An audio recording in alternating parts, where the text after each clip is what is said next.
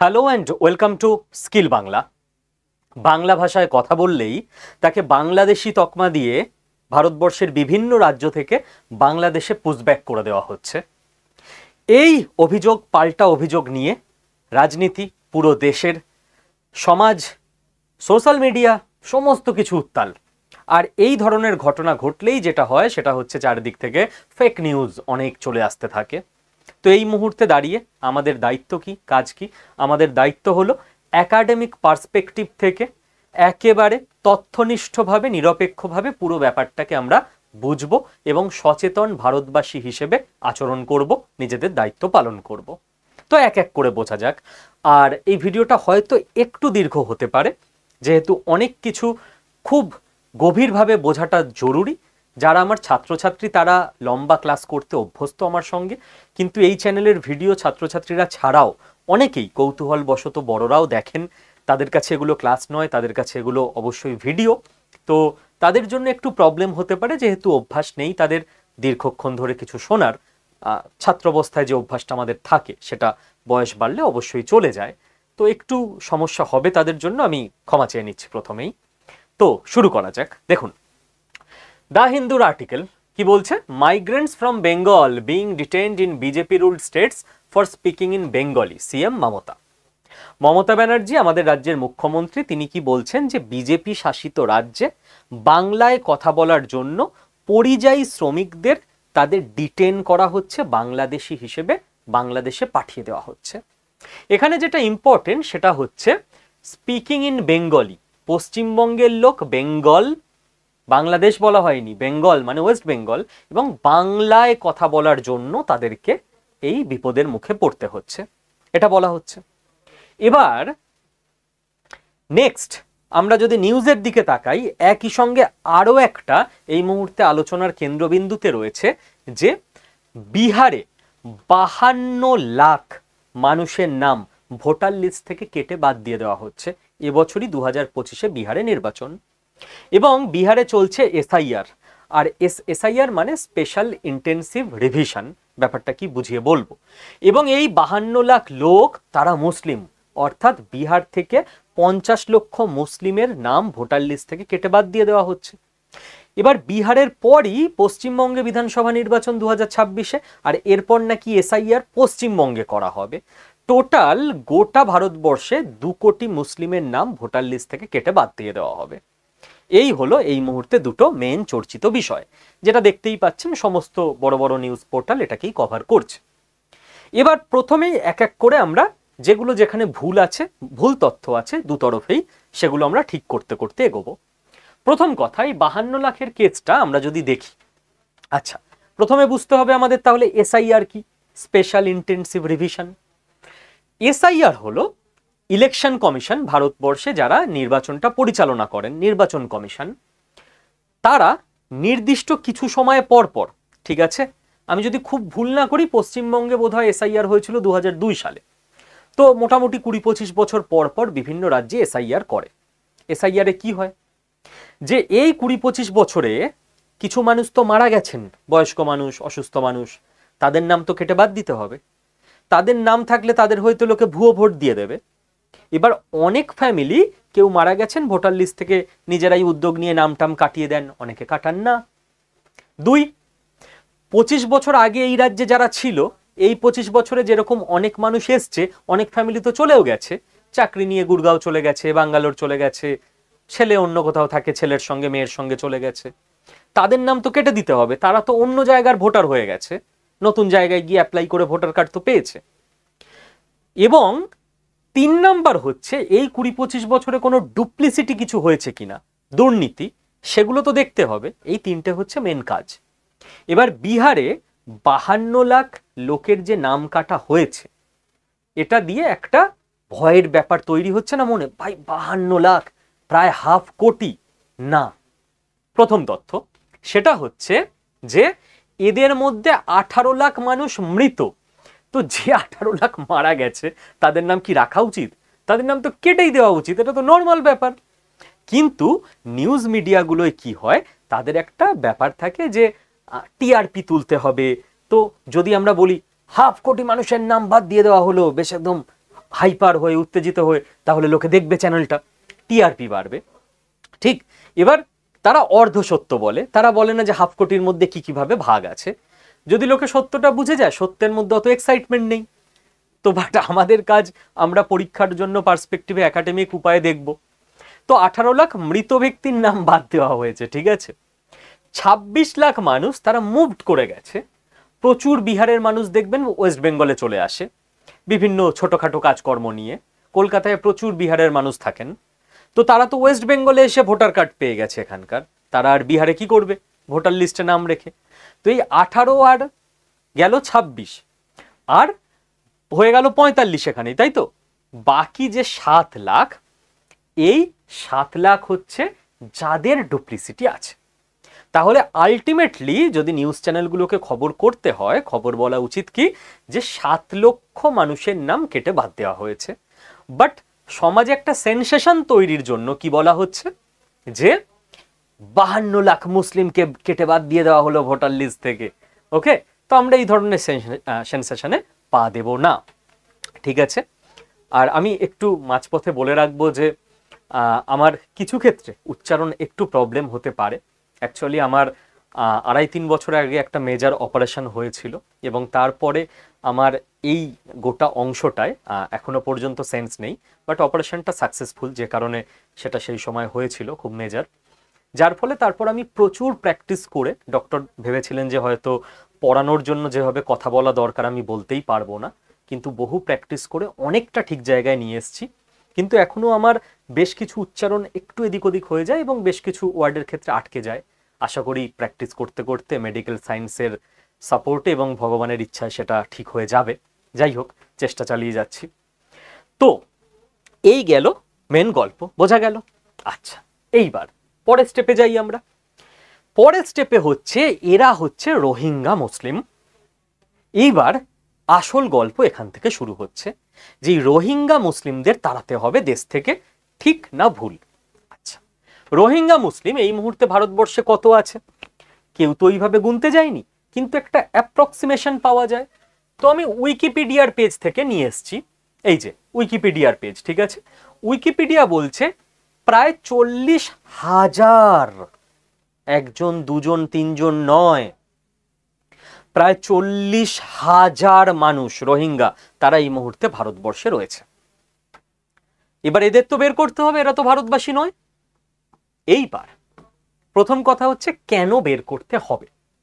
কেন বের করতে হবে বলতে মূলত দুটো লজিক। নাম্বার 1, যারাই বিদেশের নাগরিক তাদের সমর্পণ ভালোবাসা কোন দেশের প্রতি থাকবে, তার নিজের মাতৃভূমির প্রতি না ভারতবর্ষের প্রতি।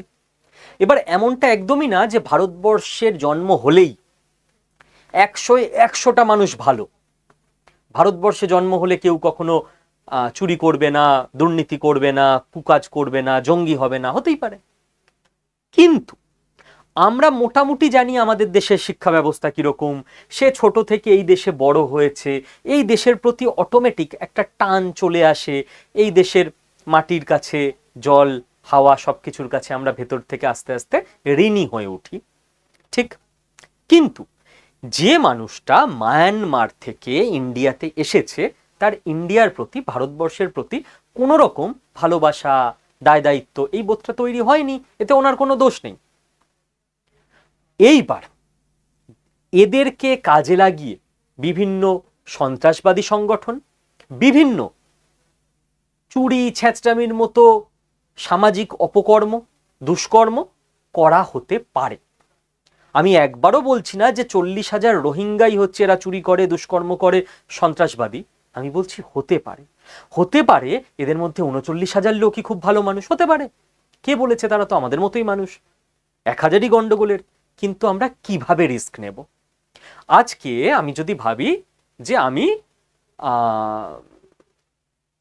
ফ্রান্সে গেছি, ওখানে গিয়ে বসবাস করছি, যাব না, সারা জীবন ভারতবর্ষেই থাকবো, যদি দেশের কিছু কম কিছু থাকে সেটাকে বেটারমেন্ট করার চেষ্টা করব।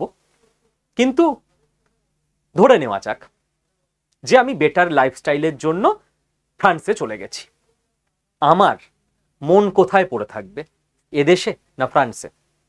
আমার দায়বদ্ধতা কোন দেশের প্রতি থাকবে? আমি তো আজীবন মনে প্রাণে যে দেশেই বাস করি ভারতীয়ই থাকবো। আমাকে যদি বলা হয় ভারত সরকারের তরফ থেকে যে এই কাজটা ফ্রান্সে তুমি করে দিতে পারবে, এই তথ্যটা হাতিয়ে নিতে পারবে ওখান থেকে, তাহলে ইন্ডিয়ার লাভ হবে। আমি বলবো ইন্ডিয়ার লাভ হবে যখন আমি করব, তাতে আমার জীবন রিস্কে চলে গেলেও যাক, কারণ আমি ভারতবাসী। আমার ভালোবাসা দায়বদ্ধতা কি ফ্রান্সের প্রতি আসবে নাকি? কোনোদিন আসবে না। এতে আমার কোনো লজ্জাও নেই, কিচ্ছু নেই, গর্বের সঙ্গে বলছি। তো রোহিঙ্গাদেরও তো নিজেদের হোমল্যান্ড মায়ানমার, তাদের ভালোবাসা কোত্থেকে আমার দেশের প্রতি আসবে? হয়তো তারা ভালো মানুষ, তাদের দেশের প্রতি তাদের ভালোবাসা আছে। তো এই রিস্কটা আমরা নিতে পারি না। এই জন্যই আমরা বাইরের দেশ থেকে যে কোনো লোককে এনে বসাতে পারি না। তোমার বাড়িতে, আপনাদের বাড়িতে, আপনাদের চেনা পরিচিত আত্মীয় নিজের বাড়ির লোক রাতে গিয়ে থাকবে, থাকতে দেবেন? অপরিচিত একজন মানুষ গিয়ে বলবে আমিও থাকবো আজকে রাতে, আমি ভালো লোক, আপনি থাকতে দেবেন? মনে মনে সন্দেহ হবে, যেকে তো চিনি না। রাইট? দেশের ক্ষেত্রেও সেটা, একে তো চিনি না, এ তো আমাদের দেশের নয়, আমাদের পরিবারের নয়। সেকেন্ড যে প্রবলেম সেটা হচ্ছে যে আমাদের দেশের ইকোনমি। এখন আমাদের দেশে এত বেশি মানুষ, প্রায় 150 কোটি, এবং সেখানে যুবক যুবতীর সংখ্যাও এত বেশি যে তারাই প্রত্যেকে এই মুহূর্তে চাকরি পায়নি, ভালো বিজনেস করতে পারছে না, স্ট্রাগল করছে। সেই সময় বাইরের দেশ থেকে কিছু লোক এলো, তাদের খাওয়া দাওয়া, তাদের কাজকর্ম, তারা যদি একটা, ধরলাম কেউ একজন অটো চালাচ্ছে, তো সেই যে অটো চালাচ্ছে একটা কর্মসংস্থান, সেটা তো আমার দেশের কারোর হবার কথা ছিল। রাইট? তো এই জন্য ভারত এখন এই স্টেজে নেই যে আমরা বিশাল ভালো আছি, আমাদের এখানে সব ওকে, আমরা এবার বাইরের লোককে নিয়ে আসবো। আমাদের সেই পরিস্থিতি নেই, তো এই জন্যেও আমরা রাখতে পারি না। 3 নাম্বার হচ্ছে, দেখুন, পুরো পৃথিবীর কাছে না কিছু ইমেজ হয়। আজকে আমরা দেশের মধ্যে আমরা মূর্খ গাম্বার, তাই হিন্দু মুসলিম ইত্যাদি করে বেড়াই, কিন্তু আমরা যদি বিদেশে যাই না, আমাদের সবার কে ওরা ভারতীয়, ইন্ডিয়ান বা হিন্দুস্তানি হিসেবে ট্রিট করে যে কোনো দেশে। তখন আপনি হিন্দু বা মুসলিম নন, ইন্ডিয়ান। তো ইন্ডিয়ার পাসপোর্টের প্রতি একটা রেসপেক্ট আছে, কারণ ভারতীয়দের গ্লোবাল স্টেজে সেই ইমেজ আছে যে এরা ভালো লোক। আজকে আমাদের দেশে যদি আমি আপনাকে বলতাম 40,000 ভুটানের লোক এসে বাস করছে, আপনারই মনে হতো হ্যাঁ থাকুক না, কি আছে। আর ভুটানের লোকের সঙ্গে কি আমাদের এথনিসিটি মেলে? মেলে না। ধর্ম মেলে? মেলে না।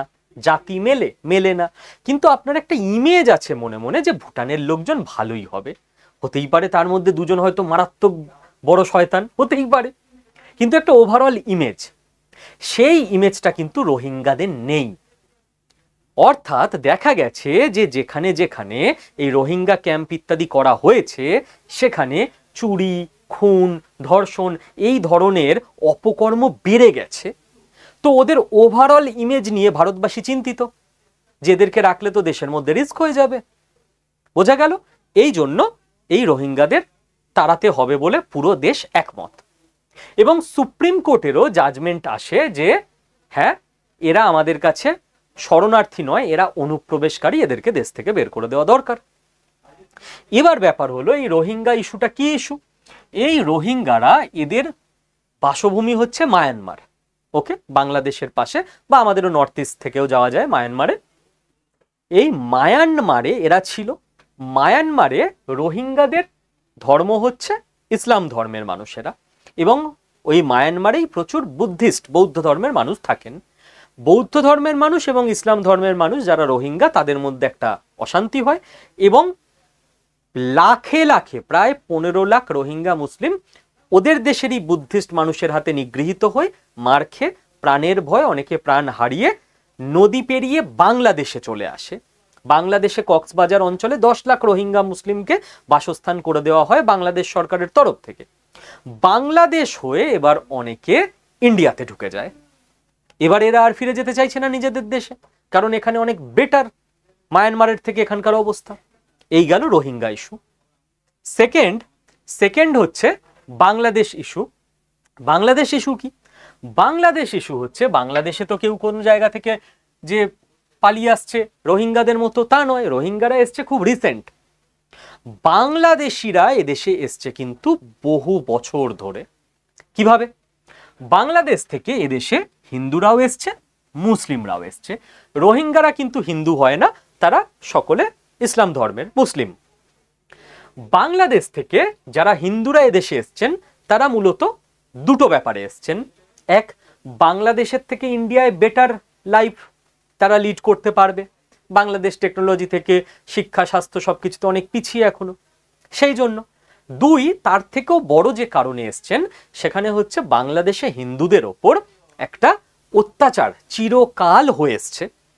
ঠিক আছে, যেহেতু বাংলাদেশে হিন্দুরা মাইনরিটি, সংখ্যালঘু, তাদের ঘর বাড়ি পুড়িয়ে দেওয়া, হত্যা করা, মেয়েদের তুলে নিয়ে যাওয়া, ধর্ষণ, জোর করে বিয়ে করা, জোর করে ধর্মান্তরিত করা, এভরিথিং।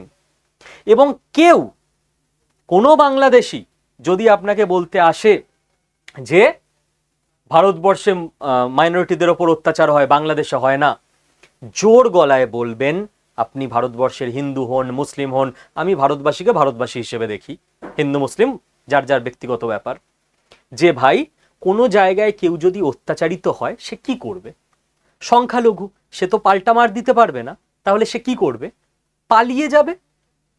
ভারতবর্ষে 1947 সালে আমাদের যে বিভিন্ন সংখ্যালঘু ধর্ম আছে, খ্রিস্টান, বৌদ্ধ, জৈন, শিখ, ইসলাম, তার মধ্যে মুসলিম সম্প্রদায়ের যা পপুলেশনের পার্সেন্টেজ ছিল তার থেকে 2025-এ এসে বহুগুণ বেড়েছে। কেউ অত্যাচারিত হলে বাড়ে না, এটা ভারতবর্ষ, এখানে সবার সমান অধিকার। এখানে কেউ মুসলিম বলে অত্যাচারিত হয় না, হবেও না, হয়ওনি। বাংলাদেশে কেন 33% হিন্দু থেকে 10% বা 9% হয়ে গেল, আর পাকিস্তানে কেন 20% থেকে 1.5% হয়ে গেল? সংখ্যা কথা বলে, ওসব গাল গল্প, ভুলভাল লজিক অন্য জায়গায় দিতে আসবেন। পরিষ্কার এই কথাটা বলে দেবেন যেই বাংলাদেশি আপনাকে এটা বলতে আসবে যে ভাই কেউ অত্যাচারিত হলে সে পালায়, তার সংখ্যা কমে, যেটা বাংলাদেশে দেখা গেছে, পাকিস্তানে দেখা গেছে, যেটা ইন্ডিয়ায় দেখা যায়নি, জীবনে যাবে না। ঠিক আছে, ওসব ভুলভাল লজিক আগে চলতো, এখনকার তথ্যের দিনে চলে না। এইবার হিন্দুরা চলে এসছে ইন্ডিয়ায়, আবার প্রচুর মুসলিম মানুষও ইন্ডিয়াতে এসছে। তারা কেন এসছে? তারা অত্যাচারিত হয়নি, তারা এসছে বেটার লাইফের আশায়। তাহলে হিন্দুদের দুটো প্রবলেম, মুসলিমদের একটা প্রবলেম, যে বাংলাদেশে রোগ হলেও চিকিৎসা পাওয়া যায় না, মানুষ মারা যায়, কলকাতায় চিকিৎসা করতে আসে, তো যদি ইন্ডিয়াতেই সেটেল করে যাওয়া যায় জীবন অনেক বেটার হবে। এইবার ব্যাপার হলো, তাহলে এরা দুজনরাই হলো অবৈধ অনুপ্রবেশকারী। এবার ভারতবর্ষের একটা আইন আছে, সেটা হচ্ছে সিএএ, সিটিজেনশিপ অ্যামেন্ডমেন্ট অ্যাক্ট। এই আইনে বলা হচ্ছে যে হিন্দু, বৌদ্ধ, শিখ, এই জৈন, এই রকম বিভিন্ন ধর্মের মানুষ যদি বাংলাদেশ, আফগানিস্তান, পাকিস্তান থেকে পালিয়ে আসে ইন্ডিয়াতে, অবৈধভাবে অনুপ্রবেশ করে, সরকারকে নাও জানায়, তাদেরকে আমরা ধরবো শরণার্থী, কারণ তারা প্রাণ বাঁচাতে পালিয়ে এসছে। তো তাদের প্রতি আমরা নির্দয় হব না, তাদেরকে আমরা থাকতে দেব। তো এখন বাংলাদেশি হিন্দু এবং মুসলিম দুই ধরনের মানুষকেই ডিটেন করা হচ্ছে, যে তোমরা বাংলাদেশ থেকে এসছো, বলছে হ্যাঁ। এইবার ডিটেন করার পর যারা হিন্দু তাদের কোথাও পাঠানো হচ্ছে না, তাদের সার্টিফিকেট দিয়ে দেওয়া হচ্ছে যে সিএ, সিটিজেনশিপ অ্যামেন্ডমেন্ট অ্যাক্ট, ও শরণার্থী, ও দেশে থেকে গেল, ওর ঝামেলা মিটে গেল। কিন্তু যে মুসলিম, সে তো প্রাণ ভয় পালিয়ে আসেনি, সে এসছে বেটার ইকোনমির আশায়। এবার ইন্ডিয়ার এই মুহূর্তে ইকোনমি আমাদেরই গ্রো হচ্ছে, এখন আমরা অন্য দেশের মানুষকে কি করে নেব? এটা আমরা 50 বছর পর আরো ভাবতে পারবো। তো এদেরকে ফিরে যেতে হবে। এবার কোশ্চেন যেটা আসে সেটা হচ্ছে, আচ্ছা যারা রোহিঙ্গা মুসলিম, তারাও তো যেমন বাংলাদেশ থেকে হিন্দুরা প্রাণ ভয়ে পালিয়ে এসছে ধর্মীয় অত্যাচারের শিকার হয়ে, রোহিঙ্গা মুসলিম তারাও তো মায়ানমার থেকে বৌদ্ধদের হাতে ধর্মীয় অত্যাচারের শিকার হয়ে প্রাণ ভয়ে পালিয়ে এসছে, তাহলে তাদের আমরা আশ্রয় দেব না কেন? এইখানে যে তর্কটা উঠে আসে যে ভারতবর্ষের সঙ্গে পার্টিশন হয়েছে, পাকিস্তান আর বাংলাদেশ কেটে বেরিয়েছে, পুরোটা ইন্ডিয়া ছিল। মায়ানমারের কেটে আলাদা হয়নি, সে বহু আগে মায়ানমার ইন্ডিয়ার মধ্যে ছিল, ব্রিটিশ পিরিয়ডেই মিটে গেছে সেসব ঝামেলা। তো যখন পাকিস্তান আর বাংলাদেশ আলাদা হয়েছে, সেই সময় গান্ধীজি এবং ভারতবর্ষের প্রথম প্রধানমন্ত্রী জওহরলাল নেহেরু তারা বলেছিলেন যে বাংলাদেশ এবং পাকিস্তান থেকে যারা ধর্মীয় সংখ্যালঘু তারা ইন্ডিয়াতে চলে আসলে আমরা তাদের সিটিজেনশিপ দিয়ে দেব, যারা আসতে পারেনি তারাও ধীরে সুস্থে পরে আসতে পারে। তো কথা দিয়ে গেছিল গান্ধীজি এবং নেহরুজি, তার কথা অনুযায়ী আইন তৈরি হয়েছে। কিন্তু মায়ানমার থেকে কেউ অত্যাচারিত হয়ে ইন্ডিয়াতে আসতে পারে এরকম কোনো কথা ছিল না, কারণ বর্ডার ভাগের সময় মায়ানমারের সঙ্গে কোনো ভাগ হয়নি, ভাগ হয়েছে ইন্ডিয়া, বাংলাদেশ, পাকিস্তান। সে তো কালকে কেউ আফ্রিকা থেকেও চলে আসতে পারে, বলতে পারে যে আমি ধর্মীয়ভাবে অত্যাচারের শিকার হয়েছি, আমি ইন্ডিয়াতে থাকবো। সবাইকে তো থাকতে দেওয়া যাবে না। আমাদের সঙ্গে যেখানে ঐতিহাসিকভাবে এই প্রবলেমটা ছিল, কেবল তারাই ডিমান্ড করতে পারে, তারাই দাবিদার, সারা পৃথিবীর সবাই তো চলে আসতে পারে না। তো এই জন্য রোহিঙ্গা মুসলিমদের কিন্তু ধর্মীয়ভাবে অত্যাচারের শিকার হলেও ইন্ডিয়া এই মুহূর্তে হেল্প করতে পারছে না। ক্লিয়ার? ওকে, এইবার ধীরে ধীরে আমরা প্রত্যেকটা স্টেপ বাই স্টেপ লজিক বুঝতে বুঝতে এগোবো। এবার মজার ব্যাপার হলো যে রাজনীতির এমনই খেলা, রাজনীতি আমাদের পড়াশোনার অঙ্গ নয়, তো আমরা ডিটেল আলোচনা করব না, সেগুলো নিউজ চ্যানেল ইত্যাদিতে আপনারা পেয়ে যাবেন। জওহরলাল নেহরু, গান্ধীজি কংগ্রেসের মানুষ, তারা বলে গেছিলেন যে বাংলাদেশ পাকিস্তান থেকে আসা হিন্দু, বৌদ্ধ, শিখ, জৈন তাদের এদেশের সিটিজেনশিপ দেওয়া হবে। তাদের পার্টি কংগ্রেস এখন এগুলোর বিরোধিতা করে, এবং যে পার্টি সেই সময় স্বাধীনতার সময় ছিল না, ফর্ম হয়নি, বিজেপি, তারা এখন এটার সমর্থন করে এবং সিএ পাস করিয়েছে। তো এগুলো রাজনীতির খেলা, রাজনীতির মতো চলবে। আপনারা রাজনীতিতে যে যে ইন্টারেস্টেড, খবরের কাগজ পড়বেন, নিউজ চ্যানেল দেখবেন, সেটার ব্যাপার, সেটা আমাদের পড়াশোনার বাইরের অংশ, জাস্ট বলে রাখলাম। আচ্ছা, এইবার নেক্সট আমাদের যেটা বুঝতে হবে যে তাহলে রোহিঙ্গারা রিসেন্ট এসছে, বাংলাদেশিরা বহুদিন ধরে এসছে। বহুদিন মানে কতদিন? বহুদিন মানে আমরা 2005-এর ঘটনায় চলে যাব, যখন মমতা ব্যানার্জি এই মুহূর্তে আমাদের পশ্চিমবঙ্গ রাজ্যের মুখ্যমন্ত্রী, তিনি মুখ্যমন্ত্রী ছিলেন না, তখন তিনি ছিলেন বিরোধী। তখন সিপিআইএম, কমিউনিস্ট দল পশ্চিমবঙ্গের শাসক দল ছিল, এবং মমতা ব্যানার্জি তখন এমপি ছিলেন পার্লামেন্টে। ঠিক আছে? When Mamata cried and wanted illegal Bangladeshis out, India টুডের প্রতিবেদন, আগস্টের 4 তারিখে 2005-এ মমতা ব্যানার্জি নিজের পদত্যাগপত্র পার্লামেন্টে জমা দিয়েছিলেন, সেই সময় এটা বলে যে পশ্চিমবঙ্গে ইল্লিগাল বাংলাদেশিতে ভরে গেছে, তাদের ভোটার লিস্টে নাম উঠে গেছে, তারা অবৈধ এবং শাসক দলের ভোট ব্যাংক বলে। রাজনৈতিক অভিযোগ, সত্যি হতে পারে, মিথ্যে হতে পারে, আমাদের এই নিয়ে কিচ্ছু করার নেই। সিপিএম এদেরকে রেখে দিয়েছে, এদের আগে নাম ভোটার লিস্ট থেকে কাটুন, না হলে আমি পদত্যাগ করব। 2005, 20 বছর পর 2025 রাজনৈতিকভাবে ভাবা হয় যে এখন এই ইল্লিগাল যারা লিস্টে নাম আছে তারা এখনকার আবার শাসক দলের নাকি ভোট ব্যাংক। তো এখন কি হচ্ছে, এখন যে বিরোধী, তখন বিরোধী ছিল মমতা ব্যানার্জি, উনি বলেছিলেন এই নামগুলো কাটুন, এই ইল্লিগাল লোকগুলো শাসক দল সিপিএমকে ভোট দেয়। এখন বিরোধী হচ্ছে রাজ্যে বিজেপি, তারা বলছে এই নামগুলো কাটুন, এই ইল্লিগাল লোকগুলো এখনকার শাসক দল তৃণমূলকে ভোট দেয়। তো কে কাকে ভোট দেয় সে নিয়ে আমরা বুঝতে পারবো না, ঠিক আছে? সেটা নিউজ চ্যানেল, পলিটিক্যাল অ্যানালিস্টরা ভালো বুঝতে পারবে। তো এই হলো ঘটনা।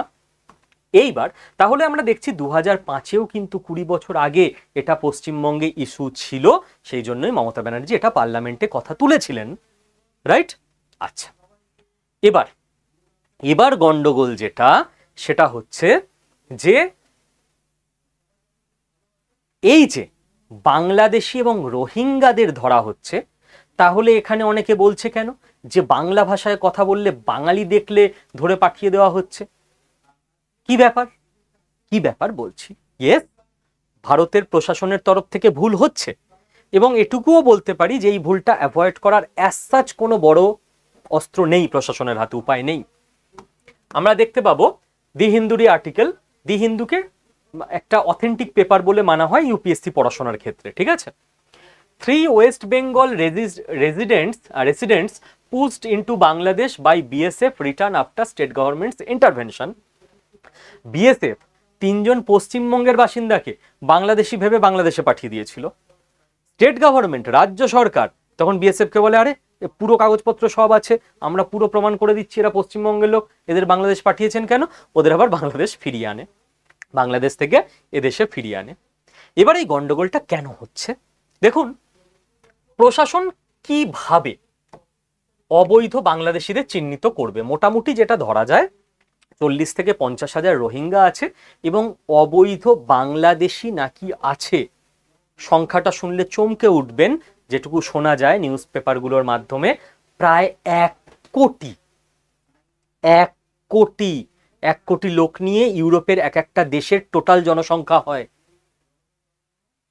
দেশ কিরকম বড় রিস্কে আছে ভাবুন। এবার এই 1 কোটি লোককে আপনি কি করে আইডেন্টিফাই করবেন? এখন যদি আমরা বুঝতাম যে অবৈধ আফ্রিকান আছে, তাদের নৃতত্ব আলাদা, তাদের দেখতে আলাদা, চেহারা আলাদা। আমাদের পুলিশ প্রশাসন বিএসএফ দেখলে এই এ তো ইন্ডিয়ান নয়, দেখ দেখ কোত্থেকে এসছে, ধরা যেত। অবৈধ আমেরিকান আছে, ইংল্যান্ডের লোক আছে, আরে সাদা ফর্সা টকটকে, এ কোত্থেকে এলো দেখ দেখি।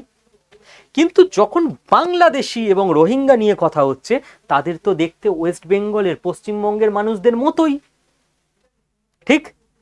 তাহলে নৃতত্বের কোনো আলাদা পাওয়া যাচ্ছে না, যেটা দেখে চিহ্নিত করা যাবে, যে কি করে আইডেন্টিফাই করে এদেরকে পাঠাবো। এবার কি করছে পুলিশ প্রশাসন, বিএসএফ, সব এজেন্সি? সন্দেহ, লোকাল চড়ারা খবর দিচ্ছে মনে হচ্ছে এ বাংলাদেশি হতে পারে, তখন তাকে গিয়ে সন্দেহের বশে চেকিং করা শুরু হচ্ছে। এবার চেকিং করলেই, পুলিশে ডাকলেই অনেকে ভয় পেয়ে যায়। সে তখন সোশ্যাল মিডিয়ায় লিখছে আমি ভারতীয়, আমি পশ্চিমবঙ্গে থাকি, আমাকে পুলিশ ডেকেছে। পুলিশ আমাকেও ডাকতে পারে। পুলিশ ডাকলে তাকে অভিযুক্ত করা হয়, মানে অভিযুক্ত, সে অপরাধী নয়, ঠিক আছে? অভিযোগ করা হয়েছে, সন্দেহ করছে। এবার ভারতবর্ষে সাধারণ মানুষের মধ্যে একটা ব্যাপার আছে, পুলিশ টুলিশ দেখলে ভয় পায় সাধারণ মানুষ, তাতে পুলিশেরও দোষ আছে, পুলিশ ওরকম ব্যাড রেপুটেশন তৈরি করেছে এত বছর ধরে। এইবার পুলিশ সবকিছু চেকিং করবে, আমাকে যদি কাল ডাকে, আপনি মনে হচ্ছে রোহিঙ্গা, আপনি আসুন দেখি, তো আমার সমস্ত কিছু ডেটা ওরা চেক করবে, আমাকে চেনে এরকম মানুষজনকে ওরা জিজ্ঞেস করবে, জিজ্ঞেস করে কনফার্ম হবে যে আচ্ছা এ এখানকারই, রেখে দেবে। আর যদি দেখে যে এখানকার না, পাঠিয়ে দেবে বাংলাদেশে। এইবার এই করতে গিয়ে 3টে ভুল হয়ে গেছিল আবার, কি কেলেঙ্কারিয়াস ব্যাপার। এইবার এই চেকিংটা বেশিরভাগ ক্ষেত্রে কাদের করা হচ্ছে? পুলিশ প্রশাসন দেখেছে যে যারা বাঙালি তাদের চেকিং করব, এখানে ওদের একটা ভুল হচ্ছে। বাংলা ভাষায় কথা বললেই পুলিশ প্রশাসন তাদের বাঙালি ভেবে ফেলছে। এবার বাঙালি মানে পশ্চিমবঙ্গে আমরা যারা থাকি এবং বাংলাদেশি যারা বাংলাদেশে থাকেন, তারা তো দুটো আলাদা, কিন্তু দুজনেই বাংলাতেই কথা বলে। এবার দিল্লির কোনো একটা বস্তিতে কেউ একজন পশ্চিমবঙ্গ থেকে কাজ করতে গিয়ে আছে, কেউ একজন পাশের বস্তিতে বাংলাদেশ থেকেও কাজ করতে গিয়ে আছে। দিল্লি পুলিশ কি করে বুঝবে? ভাষা দেখে, গায়ের রং দেখে, নৃতত্ব দেখে যে কে বাঙালি কে বাংলাদেশি, হচ্ছে বাংলায় কথা বলে, সন্দেহ। সেকেন্ড, ওরা দেখেছে যে বেশিরভাগ ক্ষেত্রে মানুষ হচ্ছে যারা অবৈধ, তারা ধর্ম অনুযায়ী মুসলিম। কারণ রোহিঙ্গা যারা, রোহিঙ্গা হিন্দু হয় না, তারা মুসলিমই এমনি। আর বাংলাদেশিও যারা এসছে, হিন্দু হলে তো সিএ এর আইন অনুযায়ী তারা নাগরিকত্ব পেয়েই যাবে, তো ধরতে কাদের হবে? যারা হিন্দু ধর্মের নয়। তো যে কোনো মুসলিম, সে হয়তো আমাদের পশ্চিমবঙ্গের মুর্শিদাবাদ জেলার মুসলিম, আচ্ছা আচ্ছা এই ধরে কে মুসলিম দেখছি, সাজ পোশাক, মসজিদে যাচ্ছে, দেখে মনে হচ্ছে ধর্মাচরণের মুসলিম, চেক কর। তাদের তো কিছু প্যারামিটার লাগবে রে বাবা চেক করতে, পুলিশ কি করে চেক করবে? এবং পুলিশ এটাও বুঝেছে বিভিন্ন রাজ্যের যে এই যে মানুষজন এসছে, এরা বিশাল বড় অফিসার র্যাঙ্কে নেই কেউ, এরা এসে কোথাও কুলির কাজ করে, কোথাও বস্তিতে থাকে, কোথাও নির্মাণ শ্রমিক হিসেবে, জোগাড়ে রাজমিস্ত্রি হিসেবে কাজ করে। তো যেখানেই পরিযায়ী শ্রমিকেরা দেখছে, পরিযায়ী শ্রমিক মুসলিম বাঙালি ওদের সেটের মধ্যে পড়ে যাচ্ছে, ব্যাস চেক কর, হতে পারে। এবং বেশিরভাগ ক্ষেত্রে মিলছেও তাই। তো তারা এইভাবেই চেক করবে, তারা তো কিছু একটা নির্দিষ্ট সেট অনুযায়ী ম্যাচ করলে তবে চেক করবে না। এইবার এইখানেই হয়ে যাচ্ছে গন্ডগোল। চেক করতে গিয়ে চেকিংটাকে অপমানজনক মনে করছে যে কোনো মানুষ। আজকে আমাকেও পুলিশে ডাকলে আমার একটু অপমানই লাগবে, যে আমাকে ডাকলো এইভাবে চেক করলো, আমি একজন ভারতীয়। সে অপমান থেকে সোশ্যাল মিডিয়ায় লিখছে যে হ্যাঁ দিল্লির পুলিশ বা উত্তরপ্রদেশের পুলিশ বা পাঞ্জাবের পুলিশ আমাকে এইভাবে নিয়ে গিয়ে চেকিং করলো। পুলিশ যখন চেকিং করবে, পুলিশ বলতে পারে না, পুলিশ ধরা যাক 10 জনকে ধরেছে, এই 10 জনের মধ্যে 5 জন হয়তো বাংলাদেশি আর রোহিঙ্গা, আর 5 জন হচ্ছে বাঙালি পরিযায়ী মুসলিম ভারতবাসী। এইবার পুলিশ তো চেনে না, পুলিশ এই 10 জনকেই ধমকাবে। এই 5 জন যারা রোহিঙ্গা এবং বাংলাদেশি, তাদের যদি পুলিশ বলে আপনারা কি রোহিঙ্গা বাংলাদেশি, ওরা কি বলবে? হ্যাঁ স্যার আমরা বাংলাদেশি স্যার, আমাদের অ্যারেস্ট করুন স্যার, বলবে? ও তো বলবে না না আমি বাংলাদেশি না, আমার কাছে Aadhaar card voter card PAN card সব আছে। অনেকে লিখছে যে আমার কাছে Aadhaar card voter card PAN card ছিল, তাও আমায় চেক করেছে। আরে বাবা, Aadhaar card voter card PAN card এটাই তো বলেছি, এটা সবাই বানিয়ে নিয়েছে, ঠিক আছে? কোথায় যেন লিখছিলাম, আচ্ছা লিখিনি মনে হয়। এটা সবাই বানিয়ে নিয়েছে, এটা আর একটা গন্ডগোলের ব্যাপার। বর্ডার পেরিয়ে এসছে, এসে আমাদের লজ্জা, আমাদেরই এদেশের মানুষ, তারা পঞ্চায়েত লেভেলে, গ্রাম পাড়া লেভেলে তারা রেশন কার্ড বানিয়ে দিয়েছে। প্রথমে পঞ্চায়েত থেকে রেশন কার্ড দেখিয়ে ভোটার কার্ড করেছে। এগুলো তো সব পঞ্চায়েত লেভেলের লোকেরা করে। ভোটার কার্ড দেখিয়ে আধার কার্ড করেছে, আধার কার্ড দেখিয়ে প্যান কার্ড করেছে, প্যান কার্ড দিয়ে বাকি সব কিছু করেছে। করে সে পুরো ডকুমেন্টস ফেলে দিচ্ছে পুলিশের সামনে, দেখুন আমার সব ডকুমেন্টস আছে। বাইরের রাজ্যের পুলিশও বুঝে গেছে যে এর মধ্যে 10 জনকে ধরেছি মানে কিছু বেরোবেই জাল। এবার এদের তো বলতে পারে না আচ্ছা আপনি ভারতীয়, ঠিক আছে আপনাকে ছেড়ে দিলাম। পুলিশ তো জানে যে ভারতীয় সেও বলবে আমি ভারতীয়, যে বাংলাদেশি ও বলবে আমি ভারতীয়, ওর কাছেও সব কাগজ আছে, পারলে 2টো কাগজ বেশি আছে, কারণ ও জানে আমি দুর্নীতি করেছি, ও বেশি কাগজ জোগাড় করে রাখবে। এবার পুলিশকে স্ট্রিক্ট হতেই হচ্ছে, ধমকাচ্ছে, চমকাচ্ছে, বকা দিচ্ছে, যাতে ক্রস কোশ্চেন করছে, ও বলে ফেলে সত্যিটা। নির্দিষ্ট টাইম পর পুলিশ যখন বুঝছে তাদের ট্রেনিং অনুযায়ী যে না এই 5 জন পিওর ভারতীয়, এবং নিজের সোর্স লাগাচ্ছে যে যেখানে বাড়ি বলছে ওখানে গিয়ে খোঁজ নাও তো। সোর্স লাগিয়েও সব জায়গায় কাজ হচ্ছে না। এ যেখানে নিজের বস্তি বলছে সেই বস্তিতে 30 বছর আগে থেকে আসা কোনো বাংলাদেশি আছে যে পুরোপুরি ইন্ডিয়ার সবকিছু বের করে নিয়েছে, যার আর কোনো ভয় নেই, যতই চেক হোক কিছু থেকেই যাবে, ধরা যাবে না। সে বলছে হ্যাঁ হ্যাঁ ও তো ইন্ডিয়ান, এই তো আমি ইন্ডিয়ান, ও ইন্ডিয়ান, আমি তোকে চিনি। সাক্ষীও ফলস হয়ে যাচ্ছে, যার ফলে তৈরি হচ্ছে ক্যাওস, এবং এই ক্যাওস থেকে বাঁচার কোনো উপায় নেই। বোঝা গেল কোথায় ভুলটা হচ্ছে? এইবার কথা হচ্ছে যে এর মধ্যে ঢুকে যাচ্ছে বিদেশি ইনফ্লুয়েন্স। আর 3-4 মিনিট নেব, স্টুডেন্টদের জন্য তো মনে হয় ঠিকই আছে, বাকিদের জন্য একটু বেশি হয়ে যাচ্ছে। বিদেশ, পশ্চিমী শক্তি সবসময় কি চায়? ইন্ডিয়াকে ডিস্টেবিলাইজ করতে। ইন্ডিয়াকে ডিস্টেবিলাইজ কি করে করানো যাবে? সমাজের মধ্যে অবিশ্বাস ঢুকিয়ে দাও, যে নিজের দেশেরই লোক নিজের দেশের লোককে অবিশ্বাস করবে, বাংলাদেশি না সত্যি আমাদের দেশের লোক। সমাজে যখন এই ক্যাওস চলবে, সমাজে যখন আন্দোলন হবে, লোকজন প্রশাসনের বিরুদ্ধে, সরকারের বিরুদ্ধে, পুলিশের বিরুদ্ধে আন্দোলন করবে। এই সমস্ত আন্দোলনে বেশিরভাগ ক্ষেত্রে দেখা যায় বিভিন্ন এনজিও ঢুকে যাবে।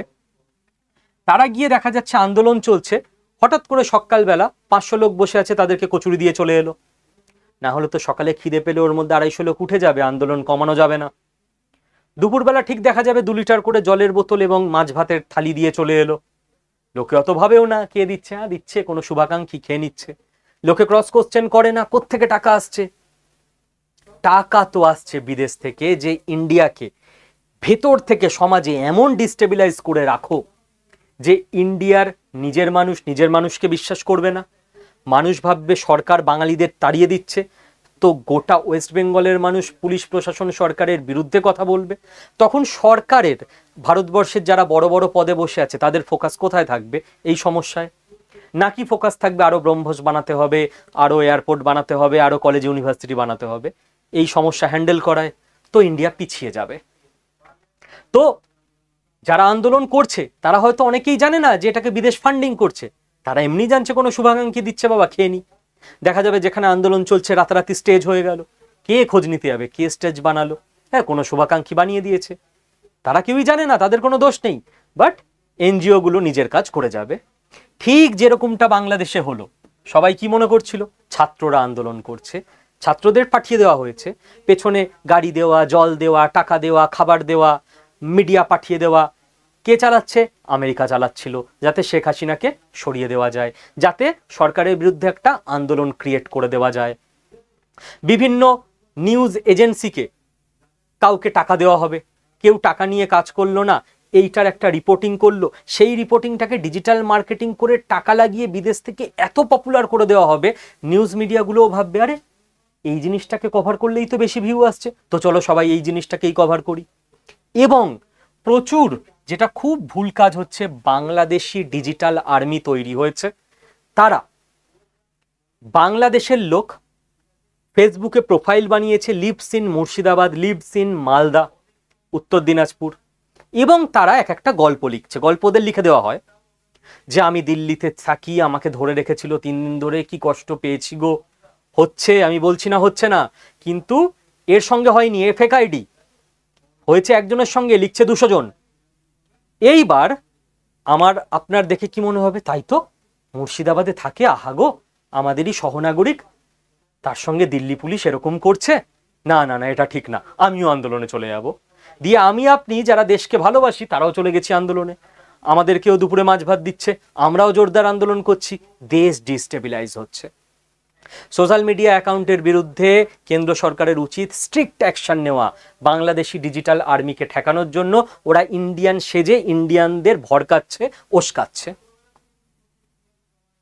এবার আমি পরিষ্কার কথা লাস্ট এটাই বলবো, এতে দায় জানেন তো বাংলাদেশের, বাঙালির আর মুসলিম সমাজের নিতে হবে। কেন?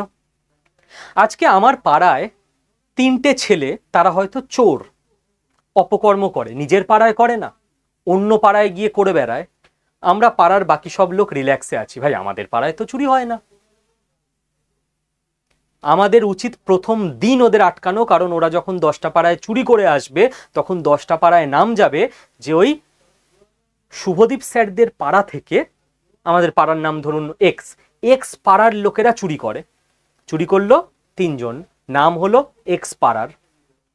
কালকে যখন আমাদের পাড়ার লোক ওই 10টা গ্রামের কোথাও যাবে, লোকজন অকারণে পিটিয়ে দিল, যে 2 জন জীবনে চুরি করেনি, যে 2 জন খুব ভালো মানুষ, বলে এই এক্স পাড়ার লোক, এও বেটা চোর, পেটা একে। দোষটা ওদের নয়, দোষটা আমার। আমাদের পাড়ার লোক প্রথমে ওই 3টে ছেলেকে আমরা শায়েস্তা করিনি যে তোমরা পাড়ার নাম ডোবাচ্ছ। তো যখন বাংলাদেশি ইল্লিগাল ইমিগ্রেন্টরা এদেশে এসছে, রোহিঙ্গারা এদেশে এসছে, একে তো বাংলাদেশ নিজের ইমেজ খারাপ করছেই সারা পৃথিবীতে। আপনি ভাবুন না, আমাদের দেশে 40,000 ভুটানিজ লুকিয়ে আছে, জাপানিজ লুকিয়ে আছে, আমরা বলবো যাই ওরা দেখি ঠিক মতো খেয়েছে তো, বাংলাদেশি লুকিয়ে আছে, এ বাবা বোম টোম মেরে দেবে, নিজেদের ইমেজ এমন বানিয়েছে ওরা। দ্বিতীয় কথা, ওদের বাদ দিন, আমরা নিজেরা কি করতে পারি? বাঙালি হিসেবে আমাদের দায়িত্ব ছিল, যখনই আমরা বুঝতে পারছিলাম যে আমাদের অঞ্চলে পশ্চিমবঙ্গে বাইরের দেশের লোক ঢুকছে, যে এদেরকে আটকানো, সরকারকে খবর দেওয়া, আমরা করিনি, আমার কি।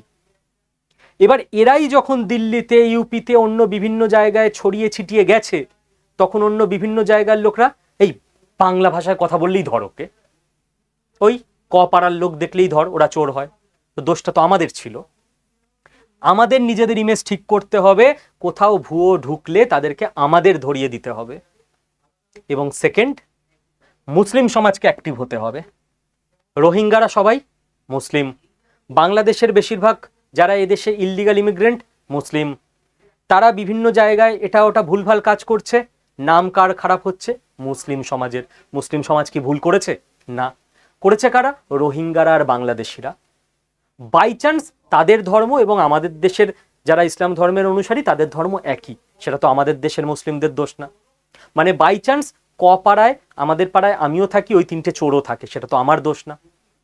কিন্তু নাম হয়ে গেছে পাড়ার লোকেরা খারাপ, আমাদেরই দোষ, আমরা প্রথমে ওই 3টে ছেলেকে শায়েস্তা করিনি। তো নাম হয়ে গেছে এই মুসলিম খারাপ, মুসলিম দেখলেই সন্দেহ ধর। তো মুসলিম সমাজকেই অ্যাক্টিভ হতে হবে। এর জন্য দোষ Delhi police, Uttar Pradesh police, Punjab police, তাদের যত না বেশি, তার থেকে বেশি যে আগে মুসলিম সমাজকে আমাদের সচেতন হতে হবে যে আমাদের সমাজের বদনাম হচ্ছে রোহিঙ্গাদের জন্য, বাংলাদেশিদের জন্য, তো এদেরকে এন্টারটেন করা যাবে না। আমি তো আমার সহজ জ্ঞানে এটুকুই বুঝি। লাস্টে 2টো কথাই বলবো, সেটা হচ্ছে বাংলাদেশে যে ভয়াবহ দুর্ঘটনা ঘটেছে, ইন্ডিয়া ডাক্তার পাঠাচ্ছে, নার্স পাঠাচ্ছে, সরঞ্জাম পাঠাচ্ছে, ইন্ডিয়া সারা জীবন বাংলাদেশের পাশে দাঁড়িয়েছে, এবং বাংলাদেশিরা digital army Murshidabad, Malda, lives in লিখে প্রপাগান্ডা ছড়াচ্ছে। প্লিজ যদি আপনাদের মধ্যে শুভবুদ্ধি থাকে এগুলো করবেন না। ভারতবর্ষ সবসময় আপনাদের পাশেই থাকবে, ভালোর জন্য থাকবে। এবং আমি আব্দুল্লাহ আল মাসুদ এনার ব্লগার বাংলাদেশে একটা পোস্ট চোখে এলো, তাই দেখলাম। এর মতো মানুষ বাংলাদেশে জেগে উঠুক যিনি বলছেন যে ভারতকে ঘৃণা করতে শেখানো হয়েছিল। আমি যখন মাদ্রাসায় পড়তাম তখন হুজুররা আমাদের বলতেন ভারত মুসলিম বিদ্বেষী দেশ, যেখানে নাকি রাস্তায় রাস্তায় মুসলমানদের হত্যা করে গাছে ঝুলিয়ে রাখা হয়। কি গল্প! আর বিশ্বাসও করে। এই কথাগুলো বলতেন সেই হুজুররাই ... আমি যখন বাংলাদেশে আচ্ছা, কিন্তু এরপর দীর্ঘদিন ভারতে বসবাস করার পর বুঝলাম হুজুররা যা কিছু বলেছেন তা শুধু মিথ্যাই নয়, বরং ডাহা মিথ্যা ছিল। থ্যাংক ইউ ভারতবর্ষের সমস্ত হিন্দু মুসলিম সমস্ত ধর্মের সবার তরফ থেকে আব্দুল্লাহ আল মাসুদ, আপনাকে এবং আপনার মতো সমস্ত বাংলাদেশি মানুষদেরকে আমাদের প্রণাম ভালোবাসা জানাই। এবং লাস্ট একটাই কথা বলবো যে ভারতবর্ষের গোয়েন্দা দপ্তরে বড় নিয়োগ হচ্ছে, আইবিতে, ইন্টেলিজেন্স ব্যুরোতে। যারা এই পরীক্ষায় বসতে চান কিচ্ছু করতে হবে না, এইটা আমার অফিসিয়াল হোয়াটসঅ্যাপ নাম্বার। এই নাম্বারে হোয়াটসঅ্যাপ করে কেবল একটা হাই লিখে পাঠিয়ে দিন, আর কিচ্ছু লিখতে হবে না। ফোন বা মেসেজ করবেন না, হোয়াটসঅ্যাপ। আপনার কাছে আমার গ্রুপের লিঙ্ক চলে যাবে, আপনি ওই লিঙ্কে ক্লিক করলেই গ্রুপে জয়েন হয়ে যাবেন। গ্রুপে জয়েন হওয়ার জন্য কোনো ফিজ লাগবে না, সবাই জয়েন হতে পারেন সম্পূর্ণ ফ্রি, সম্পূর্ণ বিনামূল্যে। এবার আপনাকে কোর্সের ব্যাপারে, বইপত্রের ব্যাপারে, কিছু ফ্রি ক্লাসের ব্যাপারে, ফ্রি নোটসের ব্যাপারে, কিছু পেড ক্লাসের ব্যাপারে, নোটিফিকেশান, ফর্ম ফিল আপ সবই আমি জানিয়ে দেবো। যার যার ইচ্ছে হবে তারা ফর্ম ফিল আপ করুন, ভারতবর্ষের সিকিউরিটিকে আরও স্ট্রং করুন। Thank you. পারলে এই ভিডিওটা, আমি বলি না জেনারেলি আমার কোনো ভিডিও চারিদিকে শেয়ার করুন, আপনারা নিজে থেকেই অনেকে করেন, পারলে এই ভিডিওটা প্রত্যেকে একটু শেয়ার করবেন। অস্থির সময় দেশকে ইউনাইটেড রাখার প্রয়োজন। বিদেশি চক্রান্তে পা দিয়ে কোনোভাবে ভুলভালভাবে সামাজিক আন্দোলন করে দেশকে ডিস্টেবিলাইজ করার কোনো অর্থ হয় না। 2025-এ দাঁড়িয়ে এইটুকু বোধবুদ্ধি আমাদের থাকা দরকার। Thank you.